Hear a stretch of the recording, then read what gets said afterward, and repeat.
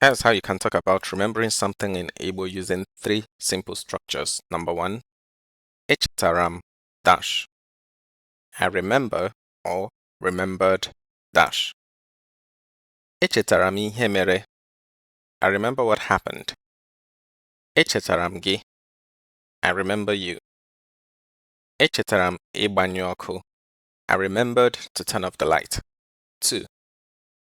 Ichetara dash. Do you or did you remember dash? Ichetara ihe mere. Do you remember what happened? Ichetaram. Do you remember me?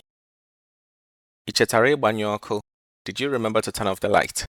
And our final phrase is Gịnị ka ichetara? What did you remember? Gịnị ka ichetara? And to answer this, we'll come back to number one.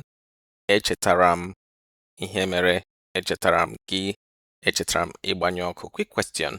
If someone said to you, Ichetaram, how would you say, no, I do not remember you? Leave in a comment, and as always, come back tomorrow for more.